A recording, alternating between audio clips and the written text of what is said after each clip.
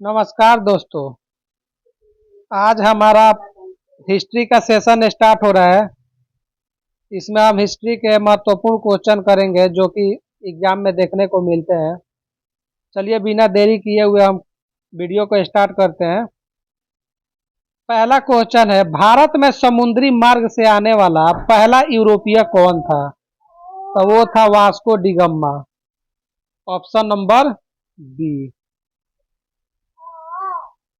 Question number 2 है, Vasco da Gama Bharat के किस स्थान पर पहुंचा था? तो ये पहुंचा था कालीकट। Option C. दोस्तों, वास्को डी गामा और कालीकट को आप रिलेट कर सकते हैं। जैसे इसमें आप देख रहे हैं वास्को को कालीकट, वास्को कालीकट।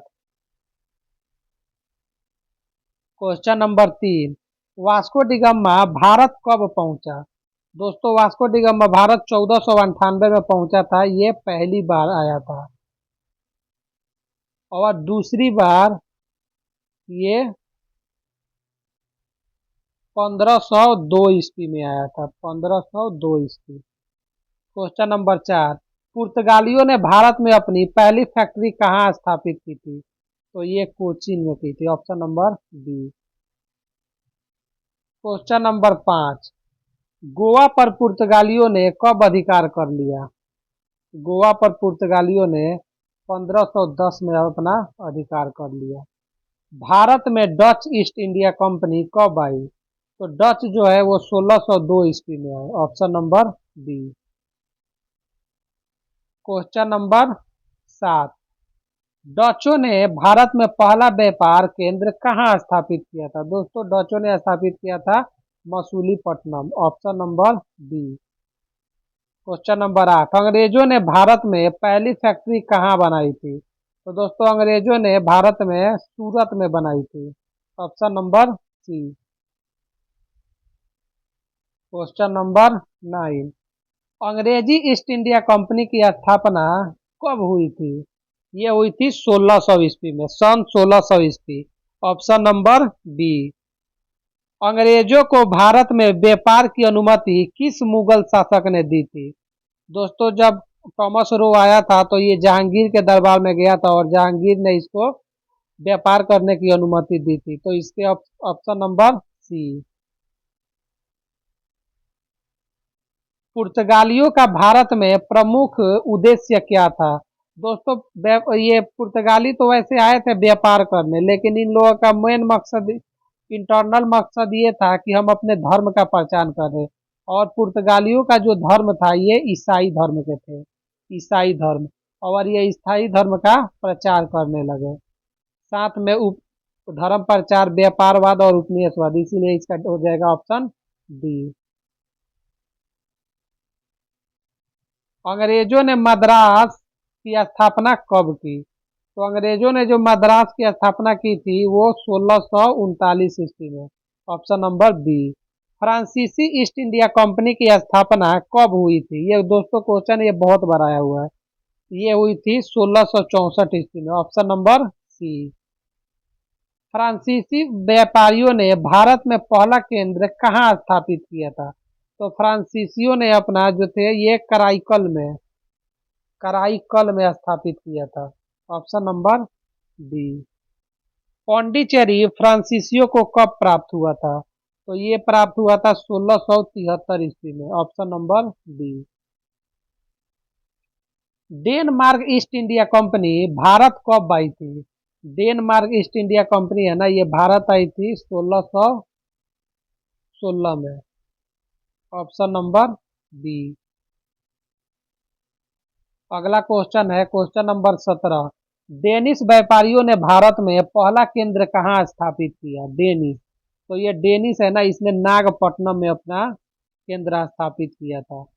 अंग्रेजों को बंबई किसने दिया था? क्वेश्चन नंबर 18, तो ये अंग्रेजों को पुर्तगाल ने दिया था। पुर्तगाल की वो रानी थी राजकुमारी, उसका नाम था कैथरीन। उसी की शादी बंबई के एक अंग्रेज से शादी किया गया, जिसको दहेज के रूप में उसने बंबई को दिया था। तो इसका ऑप्शन हो जाएगा आपका बी। क्वेश्चन नंबर 19, अंग्रेजों ने बंबई को पुर्तगालियों से कब प्राप्त किया था? तो अंग्रेजों ने कब प्राप्त किया था? ये किया था 1668 ईस्वी में। Option number C. Fort William की स्थापना कब हुई थी? फोर्ट विलियम की स्थापना दोस्तों ये कलकत्ता में है। इसकी स्थापना हुई थी 1700 में। ऑप्शन नंबर सी। कर्नाटक युद्ध किसके बीच हुआ था? कर्नाटक युद्ध किसके बीच हुआ था? दोस्तों कर्नाटक युद्ध तो था, ये अंग्रेज तो यहाँ पे शासन कर रहे थे, उसके बाद फ्रांसीसी भी चले आए, तो ये इन दोनों के ही बीच हुआ था, अंग्रेजों और फ्रांसीसियों के बीच में हुआ था कर्नाटक युद्ध।